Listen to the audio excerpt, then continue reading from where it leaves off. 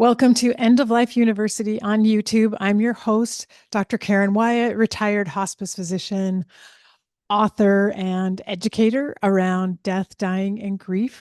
And today I am sharing with you a special episode. This is for those navigating a life-changing diagnosis this holiday season. I know many people like myself who may this year have received a diagnosis that was a surprise that is going to change the shape of things to come, who may find themselves looking ahead as the holidays approach and wondering what will the next year bring and what changes are going to come for me and my health in this new year, and will this be the last Christmas that I'm able to feel well and to enjoy. And so for all of us in that situation who are looking ahead to an uncertain future, I think it's really important that we stop for a moment and really savor and make the most of these holidays. And I'm going to share with you a link to a blog I've written called Five Gifts to Give Yourself This Holiday Season. On the podcast, I'm also sharing some more thoughts about things that you can do in particular to help you enjoy the holidays more and make the very most of this particular holiday season, even if you're facing challenges ahead. And then I'm also going to share with you a workshop with doctors Sammy Winemaker and Seow that we conducted back in September from their book, Hope for the Best, Plan for the Rest. And this workshop was on learning the illness roadmap, and it was so helpful. And not everyone attended, and I thought maybe I'd make it available here on YouTube for anyone who this holiday season is facing uncertainty for the next year to come. And I hope that you find it helpful. I'm sending you love and best wishes for the year ahead, but particularly for this holiday, hoping you get to spend it with those that you love and have a meaningful and joy-filled time this year. So we'll move on with that conversation with Dr. Sammy Winemaker and Hsein Seow.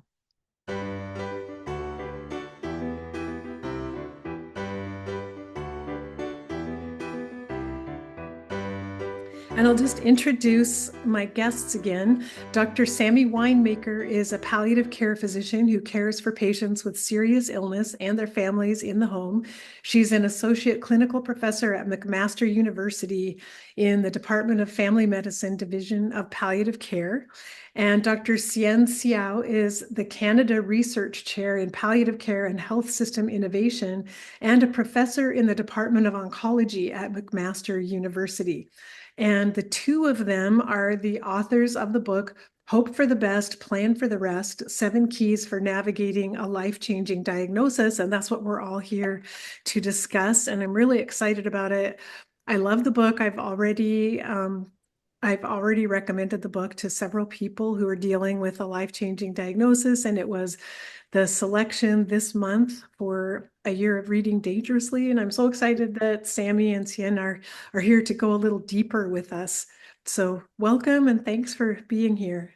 Mm, Thank Thank you you for having so us. much. Yeah, thank you, Karen, for having us, and for inviting us into your community, which I know is from all over the world. So a pleasure to Mm. meet you all virtually and taking some time. I'm Hsein Seow, my colleague Sammy, and I'm going to pull up some slides here that we can help us go through. But we're really excited, obviously, that we uh, get to meet you and to talk about our book. Some of you may have already ordered it and started reading it, and some of you might be here just trying to learn more. So we'll try to have talk to both audiences, but it is a workshop. So we will talk, we have some extra tools that aren't in the book too. So maybe I'll pass it over to Sammy first and just sort of just give an overview of, why did we write this book? Sian, just to let you know, I'm seeing our first slide and I'm also seeing the second one, the next slide.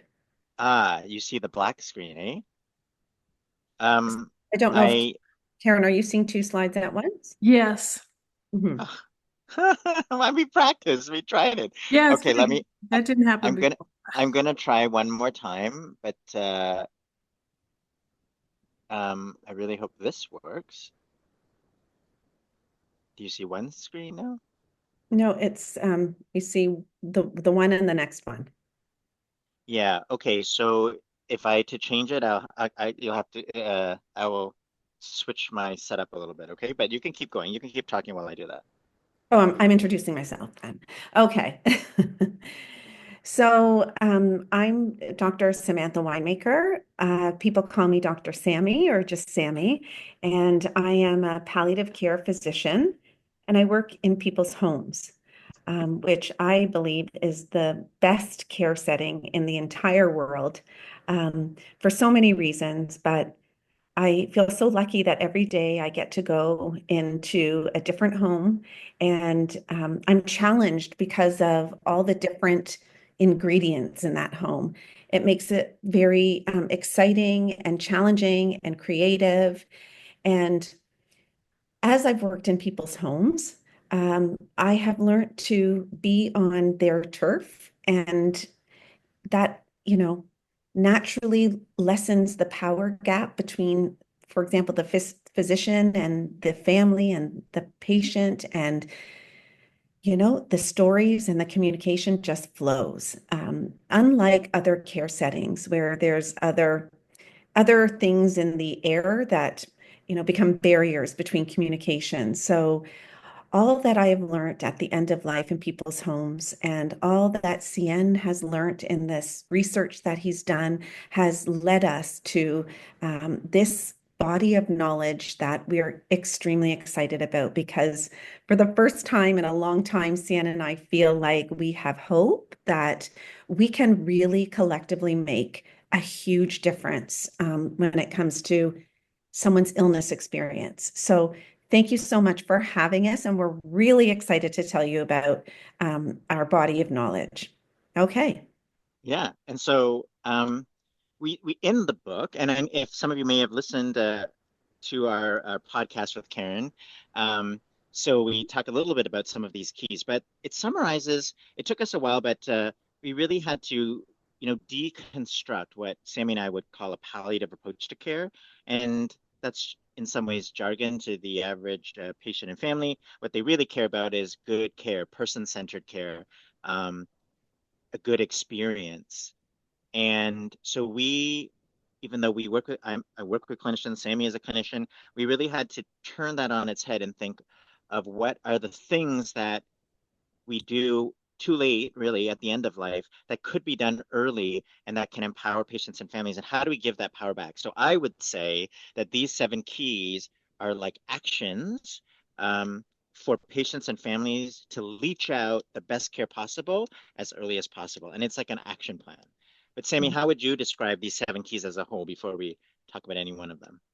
Yeah, I think when I think about them lately, and I think about these things probably about 24 hours a day, even in my sleep, I wake up, I text Cian, I have another thought about an angle on our content. But I would say, globally speaking, that these 7 keys, we think, are going to be part of the secret sauce, let's just say, that helps patients and families finally communicate with healthcare providers and vice versa, um, about the reality and the truth of their illness, instead of so many other things getting in the way.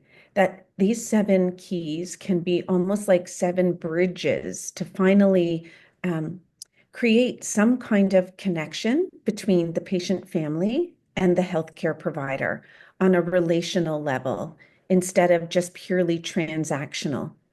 And that these 7 keys, we hope, are going to make the difference between someone having a very problematic healthcare experience versus someone who has a better healthcare experience. And we're going to go into that in more detail. Needless to say, these are not steps. These are not, step 1, step 2, step 3, step 4, and you have to do one before the other.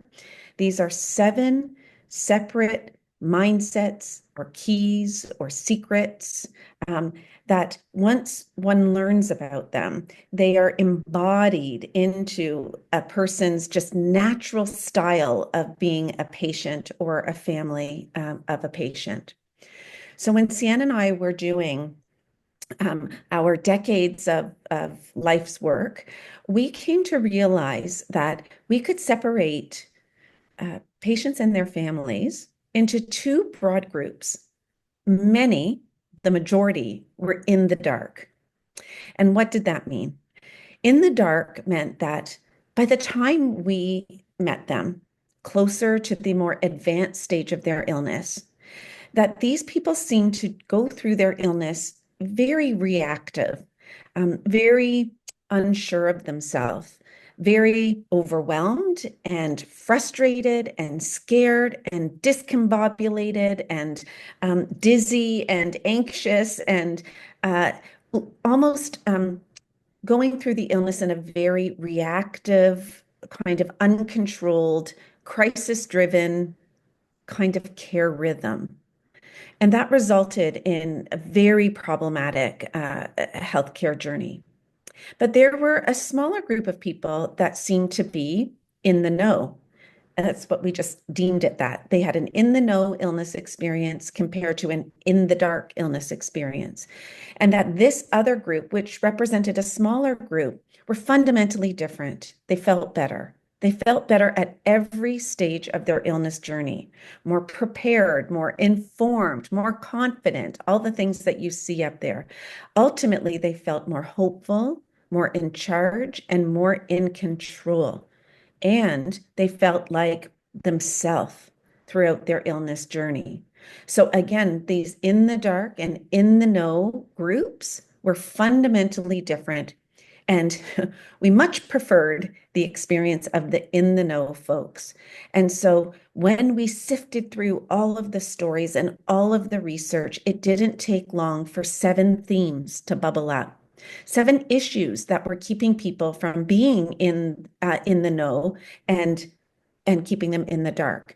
And that's how we ended up years later, many cups of coffee, many texts, many phone calls together at the wee hours and late hours, coming up with the 7 keys that we actually thought were going to change an in the dark experience to an in the know, or prevent someone from having an in the dark experience. And this got us very excited because we could change what we were seeing, not at the end of life, but right from the time of diagnosis, if we could set people off on the right foot. So, if you did have a chance to listen to our, the podcast we did with Karen, we talked about each of these 7 keys. And so, what we wanted to do today is to focus in on one of them, which we call zoom out, which is the second key here. It's about understanding the big picture of your illness. And we're very happy to take questions about any of the other keys, and we definitely have time for questions and answers. But hopefully, there's a little bit intuitive. But zoom out is one of it's an extremely important key because it helps people understand that every illness has a beginning, middle, late, and end stage. And we don't only want to be in the know at the end stage, okay? Because every illness has sort of the storyline and pattern. So Sammy and I have realized that there were barriers to zooming out. Do you want to talk about the barriers and how we overcame them? Sure. So we shouldn't put such a snowy barrier because I think people south of the border think that Canada is blanketed in snow 12 months a year. But anyway, this is just to represent that a roadblock.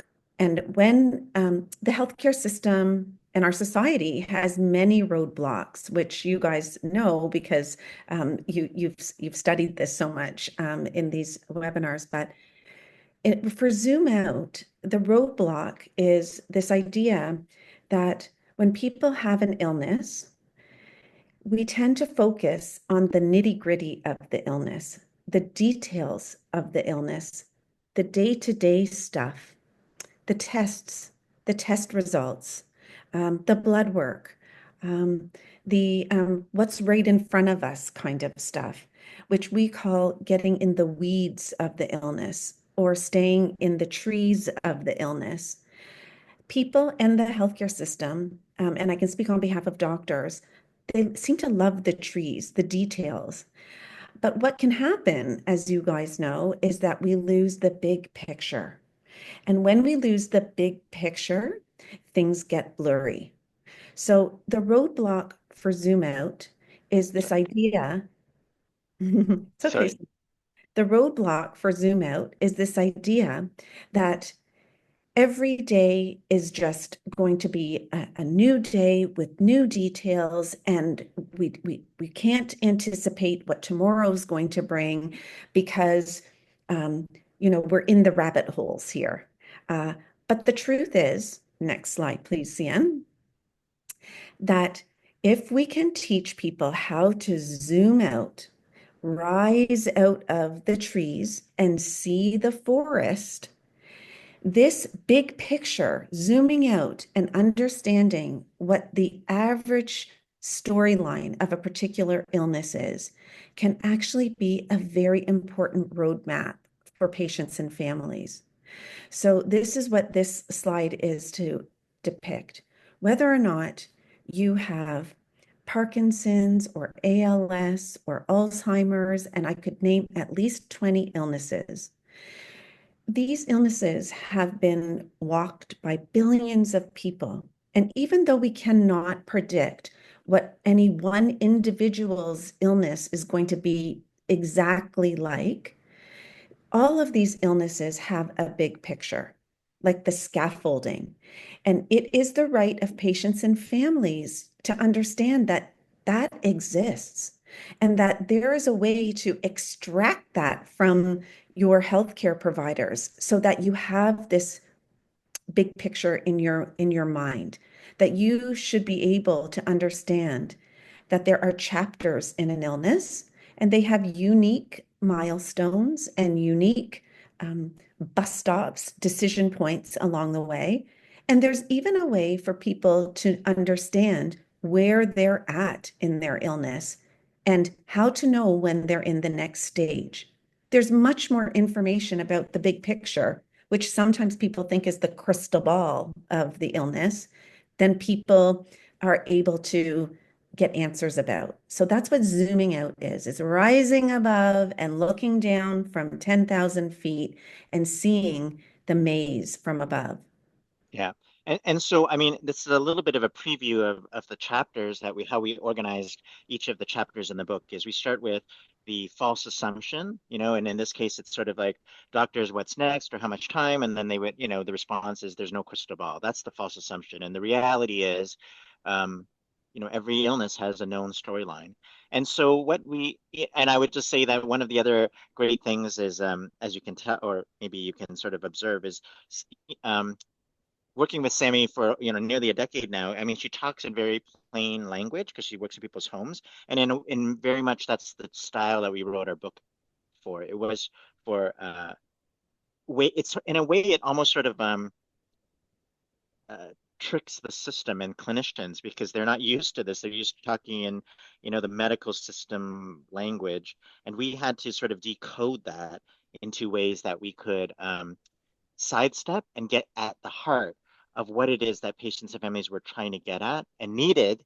And we knew that it existed, but they didn't know how to ask for it. And so that's really what our book is about. And so what we wanted to do is, in our book, we explain zoom out, we give 3 actions of how to do it. And this is very much the work that we want to do is create tools like the book and sheets like this. These are the kinds of questions you could ask to be able to learn how to zoom out, take charge as a patient or family. These are the questions you could ask that will give you information about the big picture of your illness.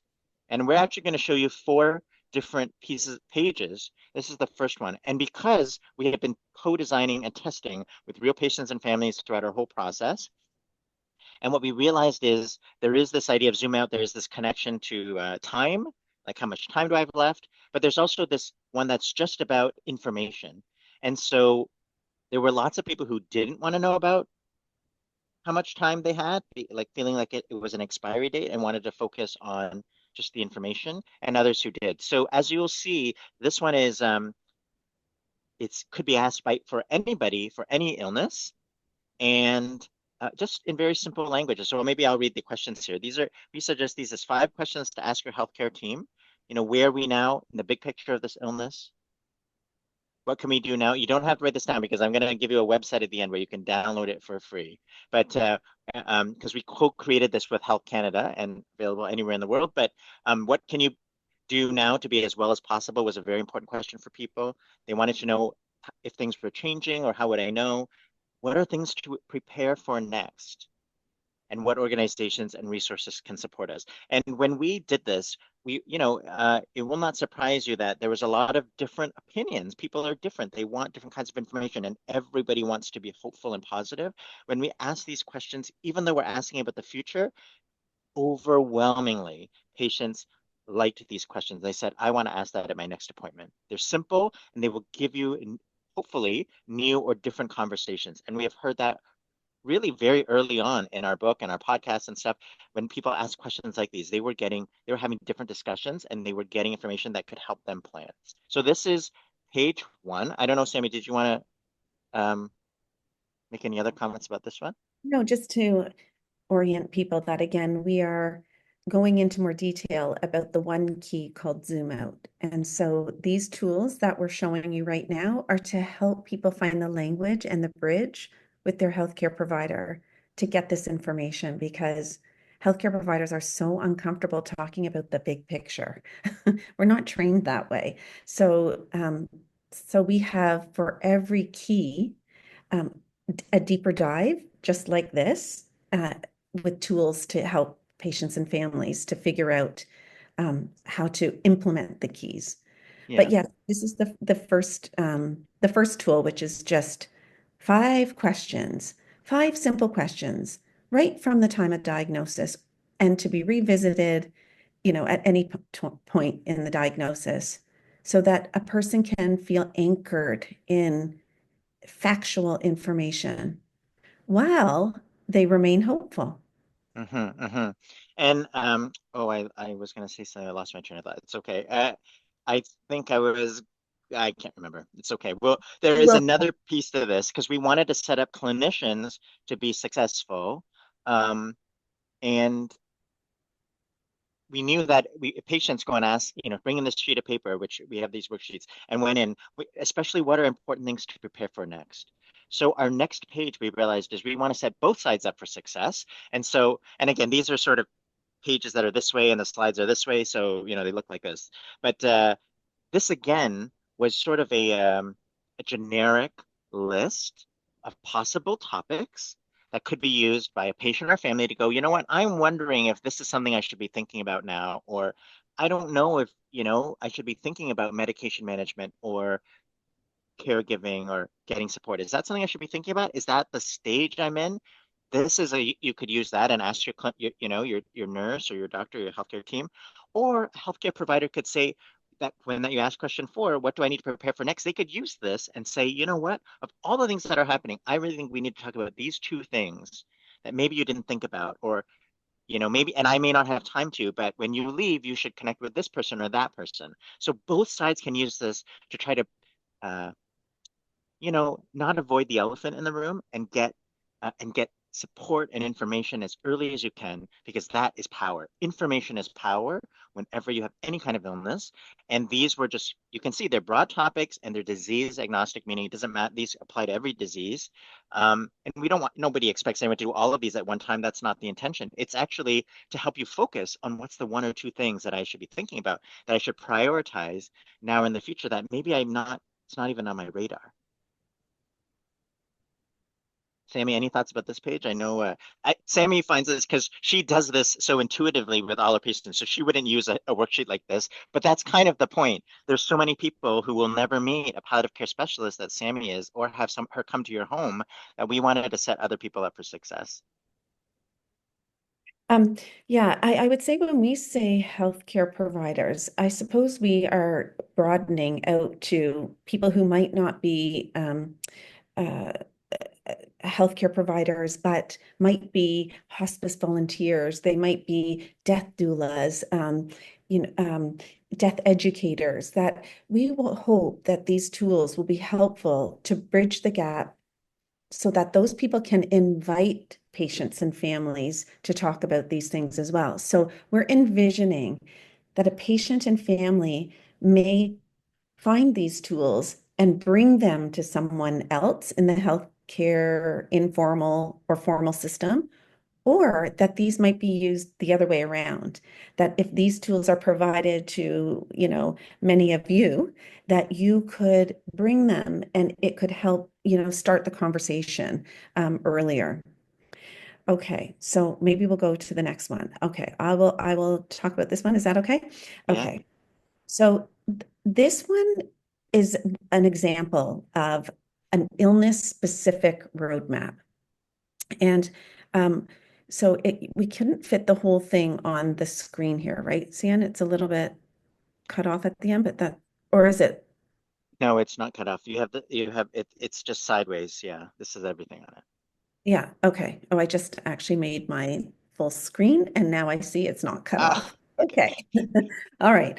So this roadmap, maybe you could think about one of these being available for every progressive life-limiting illness. Some I already mentioned, but like there's at least 20 to 30 of them. And this one is about COPD. And so for those people who want to go a little bit deeper into what does COPD look like over time, this is that storyline that we talked about. So COPD has some classic signs and symptoms in the beginning, in the middle, in the late, and the end stage. And so this is a tool that signals to people that COPD changes over time, just like ALS changes over time and Parkinson's changes over time. All of these illnesses don't stay still and then suddenly a person is gone at the end. There is a changing horizon for every one of them, and each one of them has a rhythm. And this is the rhythm of COPD from beginning through the middle to the late and the end stage. Why is this important?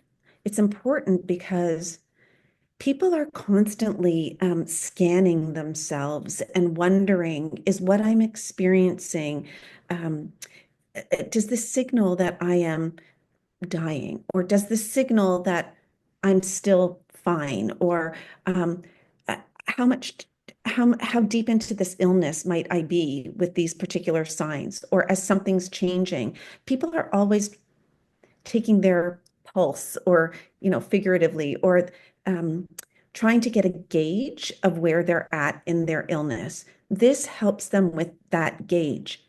Because when they ask a healthcare provider, and I'll just pick on doctors right now because I'm one and Karen's one, if they ask their doctor, could you please help me understand where I'm at in this illness? They may get an answer like, well, there's no crystal ball. We don't really know. Everyone's different. And yes, every single person is uniquely different. But that doesn't mean that they shouldn't have access to this general information about what the illness behaves like over time. So we are trying to fill that gap with these roadmaps, and we're going to try to work through as many as we can. We have one for COPD, we have one for Alzheimer's. We are just about finished our one for ALS and cancer, and the next will be heart failure. And we're going to work through, Sian gets mad when I say this, but yes, Sian, we're going to work through every single one of them so that people can say, well, if I want to zoom out, where do I get that information? So we're going to have it available. So this is what a illness-specific roadmap looks like. Yeah, and what I think is, why it's this one was co-created with patients and families with COPD and with clinicians for both sides, so that it's not overwhelming. Of course, every symptom that you see here is not relevant. Again, it's a jumping off point, and it's one page, which you can get on our website. I'll show you after. And again, it's a conversation starter to go, I'm noticing this. Does this mean this? No, no, that's just a one-off thing. Or no, actually, this might signal things are changing. What can I do to prepare? What can I do to slow this down or whatever? Those are the conversations we want people to have and to let them know that things progress. So anyway, this is you can see the very specific symptoms for COPD, and the next sheet, which the one that we thought everybody wanted first, but it depends on who you are and how much information you like and where you are at your illness. But the next one I think is the most valuable. I'm going to let Sammy talk to it. But what it really was is if I understand the biology, which you can Google, Dr. Google has all the symptoms about, the medical stuff, but not information about what does that mean for my life. What do I need to do with that information if I'm noticing these changes? What does my family or the people that I love, what do we need to do? Nobody talks about that. And that is our last page. And really that's what our book is about. And so this was the how to prepare for key life changes. Mm-hmm. So for every illness-specific roadmap, we are designing this, which is what we call like the fourth tool in the roadmap suite. um, so, so what is this?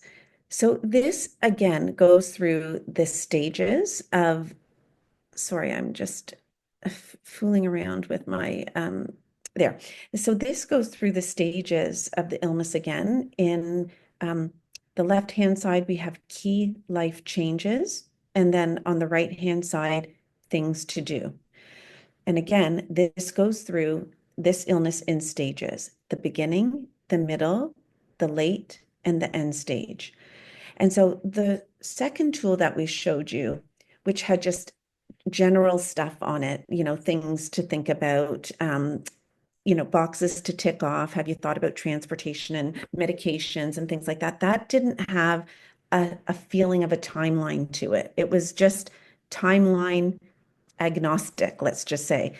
But now what we're doing is diving deeper into a specific illness for people and continuing with this idea that there is a timeline involved and that it's more than just the signs and symptoms. There are key life changes that happen.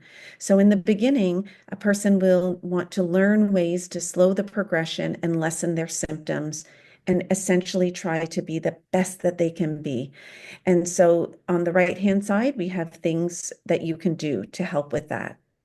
And then in the middle stage, for COPD, they're going to want to learn how to manage their exacerbations or flare-ups of their COPD, and also begin to start addressing personal affairs.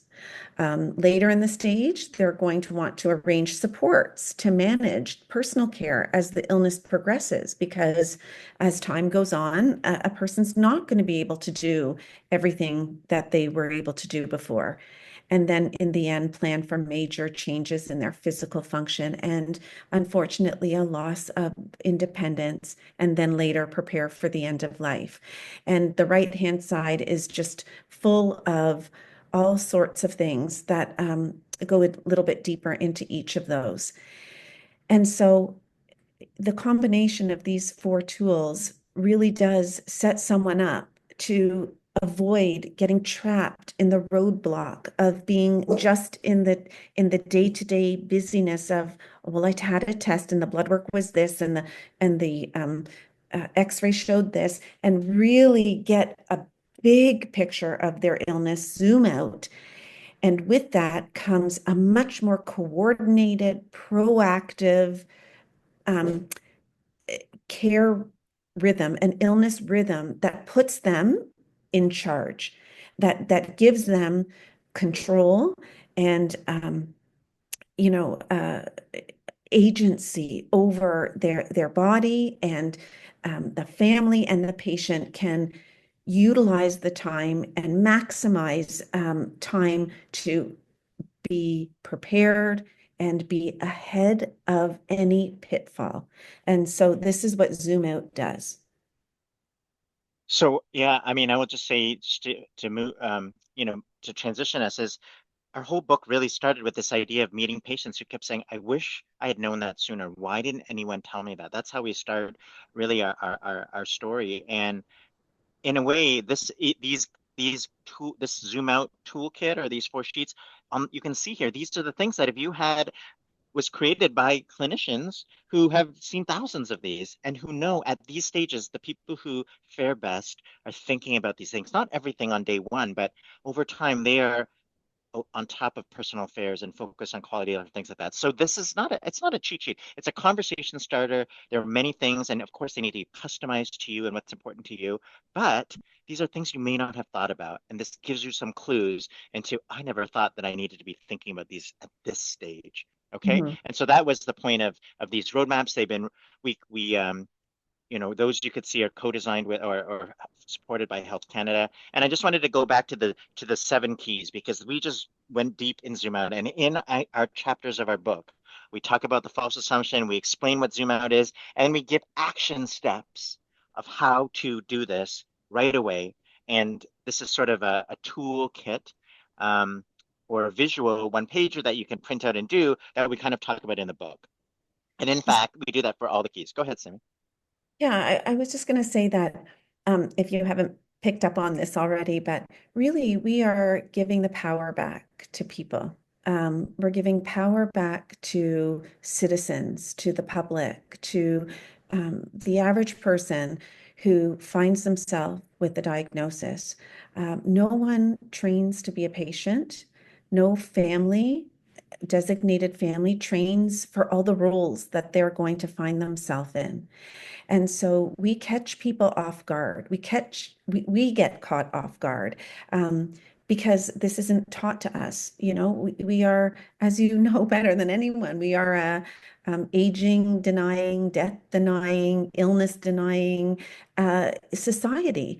And so when we get to that point, and every single one of us will, as we know, we are so unprepared. And then add that to interacting in this new system called the healthcare system, which is completely foreign to most people, as Hsein alluded to, with a foreign language and a foreign atmosphere and a sterilization that really works to try to the opposite of individualization, really tries to standardize each and every one of us and make us not unique people with an illness.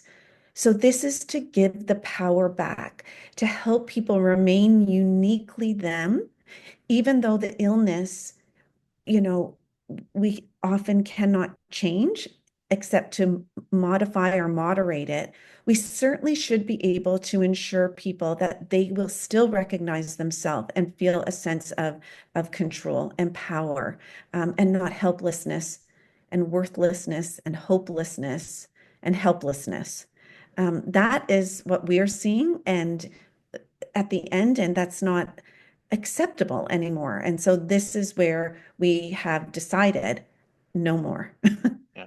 Yeah. So we say in our book, you can't change the illness, but you can change the experience. And so maybe I'll just spend the next few minutes and then we can open it up to some, discussion through the chat. But it's really just, we put all this information into this book, which is available all over. And it's been out for, maybe it's 1 year old, but the feedback has been phenomenal from patients, families, and healthcare providers, which is, who we wrote it for.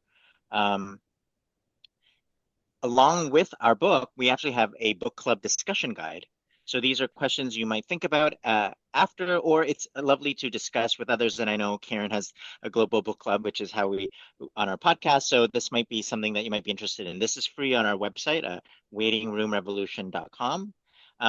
And we have a workbook coming out in April, so in about 8 months, not even.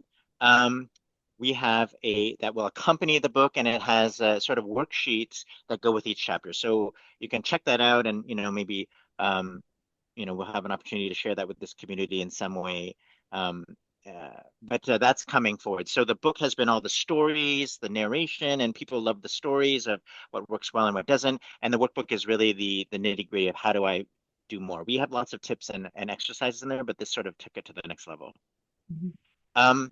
And yeah, and you may or may not, oh, no, but we have a podcast. So this all started with a podcast called The Waiting Room Revolution. It's in the top 1.5% of global podcasts. It's been listened to in over 100 countries, very much like Karen's, podcast. And in season 1, we talked about these 7 keys in depth. So, many people have listened to that. That's our most listened to season, no surprise.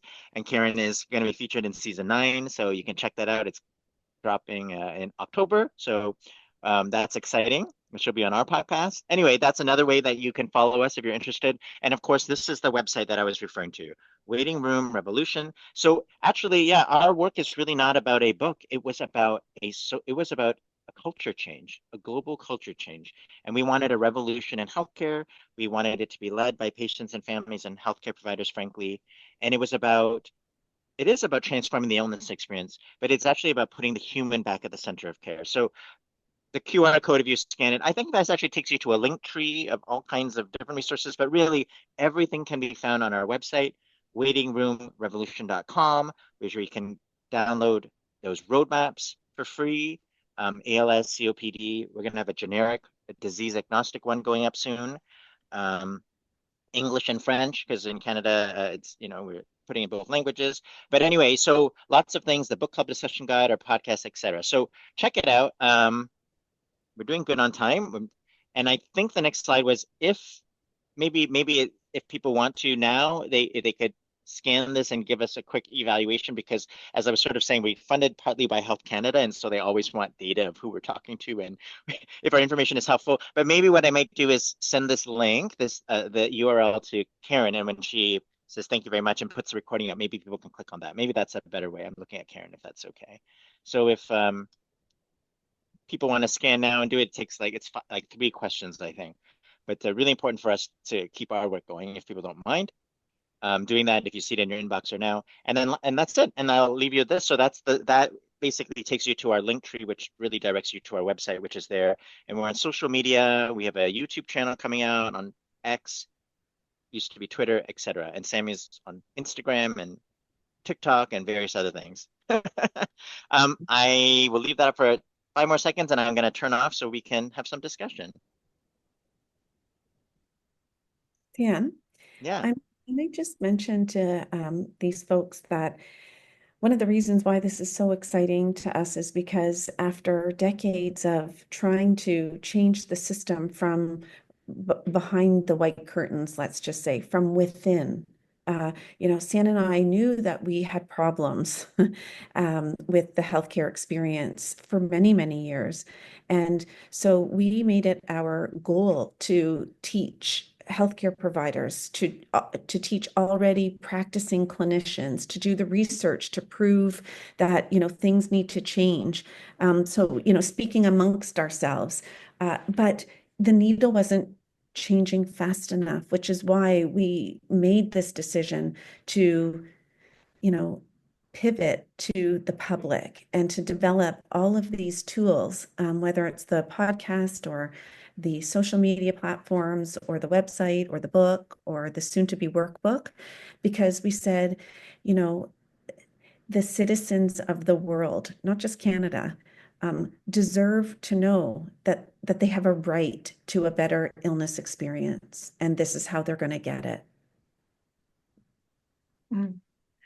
This is so good. I just want to thank you two so much for sharing. Those tools are so powerful, and I really enjoyed being able to dive deeper into them. And the thing that's on my mind is that I know someone right now who was recently given a diagnosis, and this person had a loved one who had a parent who had the same diagnosis. Because of what she witnessed with her parent, she's already decided that she's in the last stage. She's already projected herself into the last stage of this illness, even though she's actually at the beginning. And because the doctor has never given her a roadmap, the doctor has never talked about the stages.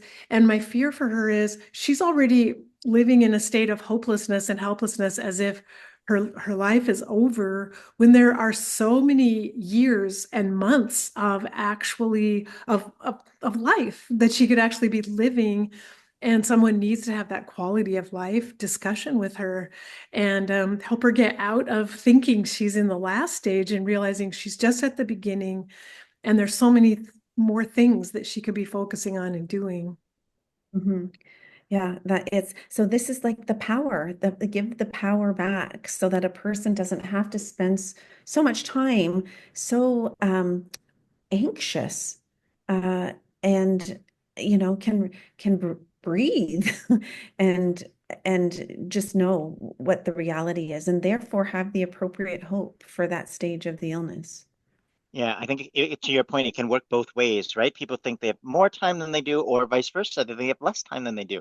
And either way, it doesn't seem right. Like this is where people come with the regret, um, and say, why didn't someone tell me that sooner? And in some ways, it's because, well, we hope that we can change that by having them ask different questions. Mhm. Um, and kind of, like I said, circumvent or sidestep or sort of short circuit how, the usual conveyor belt of healthcare, because they're humans. All these healthcare providers we meet are human beings too, just like the patients and families, and they want to do the right thing. They're just on the conveyor belt with you too, even though, and so in some ways, the keys and the language we use has been helpful in breaking that. Yeah, for sure. And when we, as a physician myself, I share the frustration with you, Sammy and Hsein, that um, we could just be doing a much better job for our patients. And I think your approach of empowering patients first so that they can ask the questions, they can go forward and say, I need this information. And their loved ones can say that as well. And they're going to be helping us train providers who have never understood the big picture before, or the value of the big picture. Yeah, I'm I trying think to. there was a question in the chat. Yeah, so someone asked, are there time frames for how long someone is usually in each stage? And the answer is yes. So there is an average timeline for COPD. I say the same thing. So I don't want to go over all, 20 illnesses, because Hsein says you're scaring people because people might not be ready to know they have one of them. But anyway, but yes, there are average population statistics on the average timeline, for example, of ALS, which means of the billions of people who have had ALS, the average person has X amount of time. In terms of the individual in front of us, though, that's not their individual timeline. And so they need to understand that they can fall on the shorter or the longer side of that as an individual. But still, the average timeline can be part of that zooming out roadmap as well, not just for the patient, but for the caregivers, because caregivers have to roll up their sleeves, and as you know, this can be very heavy work on the heart and physically. And it might just be that a caregiver needs to know, how long am I going to be in this for? What are the implications for me, my family, our finances? So the timeline can be very important for people, and some people will want it and some people won't. But everyone should know that it's available, not forced to have any information they don't want, but this is available to people. I think that's such an important point. And especially about caregivers, because caregivers themselves, they need to know, what should I prepare for next? What will happen next? How much more care will be needed? How can I prepare? And also, what resources will I need to support me through giving that care? Am I ready? Can I do it? Who do I need to call in to be there with me to offer the care? There's a comment about from Carrie, thank you, about this information helping to navigate for a loved one who might be in denial about their illness. And that comes up a lot, the idea of denial. And yeah, I think it's what I love about the tools is that we also help people understand that people will be at different stages of readiness to sort of zoom out and to be in the know about what the reality is of their illness. And again, we don't want to force people to be at the stage that we're at in terms of readiness for information if they're not there yet. And so our tools help them to find the language to identify, is the person I'm trying to communicate with at the same stage I'm at of readiness to talk about this or not? And how do I invite them into that? And if they don't want to go there, what does that mean for possibly re-inviting them down the road? So everyone is going to have their different pace of readiness to enter into this, invitation to the reality of their illness. But once they get there, hopefully, they realize that all the things they were fearing about being in the know actually become what make them feel better and more grounded.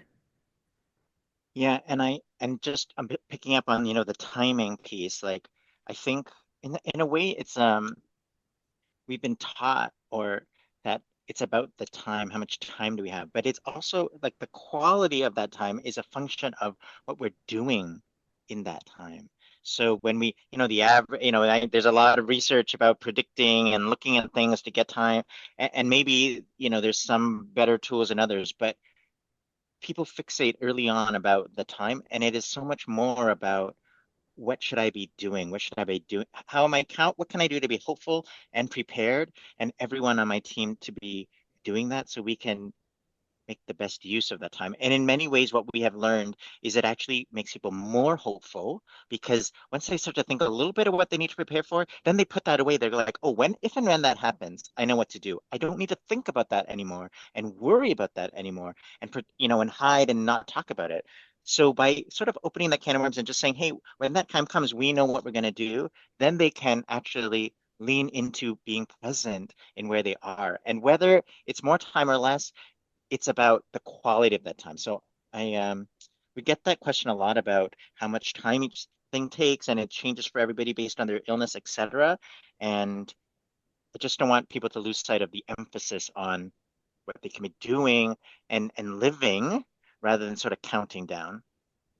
Yeah. There was a comment by Whitney in the chat about this common response that we hear about, oh, I wish we had known this earlier. And, there have been times where I have worried that when we share this with people, that they might have a sense of regret almost, or feel guilty that I should have asked these questions, or, maybe I would have done things differently. But I do like to remind people that, you know, everyone does the best that they possibly can with the information that they have at the time. And I have no doubt that, Whitney, I'll just speak to you, that you did the very best for your husband. And I know that because you're participating in this kind of webinar and part of this, um, series. And yeah, I hear this a lot. And I like to say that despite not having this information, I'm positive that you cared with your heart guiding you, and that is what really counts. Um, I'm sure there will be a parenting book that comes out one day that is exactly what I would have needed. And my girls are older now and out of the home, and I probably will read something that they're probably out there already, and I hope I don't read them because I will also say, oh, I wish I would have done things differently, but I did the best that I could with a lot of love, and they're good. Thank you, Navalet. I saw your comment here, and I hope, yeah, the tools that we have many that are free, and the workbook. I hope that when that comes out, and it complements the book, we have exercises and questions to ask. So let us know, contact us, and let us know if they're helpful because we have heard there is never too late, as we say in our book, to get information because every day you're on this journey, information is power, and it can help you choice and control about the decisions that are coming. And too much of the research or of this focus is on the end of life, the last days and weeks, months if you're lucky, but not on every day that we have, which is a gift. So I think I hope that people have told us right away when they ask these questions, they got different answers, and hopefully, um, yeah, maybe it changes some discussions. We'd love to hear. Yeah, it is true that, there are the top 15 or 20 common ones, but there are people with conditions that aren't as common. But there is rarely a condition that is the first that we've ever seen in the world. And so, Novelette, I am happy that you have met a community of people who are walking the same journey as you. And even though yours will be uniquely Novelette and someone else will have a unique journey, that together you have collective information about how to zoom out for this illness. And that's wonderful. Yeah. And Novelette, you are an amazing teacher for your doctors because I think you've been doing that all along. And by sharing these materials with your doctors, that's going to be very powerful to help them see they could be an even better support for their patients if they just had a few tools and a little bit more information. Yeah, Yeah, I I want was just to. going to say our workbook is designed for patients and families, but it can also be used by clinicians. So absolutely, for the people who are saying sharing this, I've shared it with my doctor, my family doctor, and others. And in our cancer center where I work, clinicians have come up to me and said patients are coming in with this, and I've read it. And when both sides have that information, the conversations are entirely different. So there is hope. This is why Sammy are still doing this 10 years in, and then at night where we are because we have seen the hope that it brings. And I hope, anyway, thank you for sharing it and listening. And I hope that it is helpful for you and join the revolution. That's what this is about. I know Karen is already an ambassador in the revolution from all the work. You're all really part of our community. We call it the waiting room revolution, but you can call it whatever you want. But it is about the work of us working together to take the power back and putting the human back at the center of care. Well, Hsein and Sammy, I want to have you back on the podcast when when the workbook comes out, so we can let everyone know. But if people sign up for your mailing list, will they find out through your newsletter when the workbook is out Yes, also? absolutely. They'll get sneak previews. People on our listserv are the first to know really everything. They see the podcast first. They will get, sort of sneak peeks, et cetera, discounts, et cetera. So we do our best to, well, they are our ambassadors. We have a map project right now to kind of start to connect with where everybody is in the world because we are not alone doing this, right? So we need to work together, which I know Karen was ahead of the curve as we talked about on the podcast of doing that. So we're just so grateful, Karen, that you found us, invited us to be on your podcast and to do this workshop tonight, but really for your, being, Leadership. yeah, your leadership to really just do what we're doing, which is to make it happen, and not wait for permission and wait for someone else to do it. Exactly. Well, I do want to emphasize if for people listening who have not gone to your website, they need to go there right away, Calm. waitingroomrevolution.com .com, because all of these tools are are downloadable, all these amazing resources. So you can go there right now and download the actual tool. And it's just so helpful and so nice to have. And I'm so grateful that you've been so generous to share all of that with us. Well, this is a revolution. If we didn't mention that already, this is a social movement, where we, are trying to spark a tidal wave of citizens with a new vibe, a new way of coming to the healthcare system that is respectfully assertive. And what's the other word? Fiercely, what is it, Gently Sam? fierce. Gently Gent fierce and take back some of the control and their uniqueness.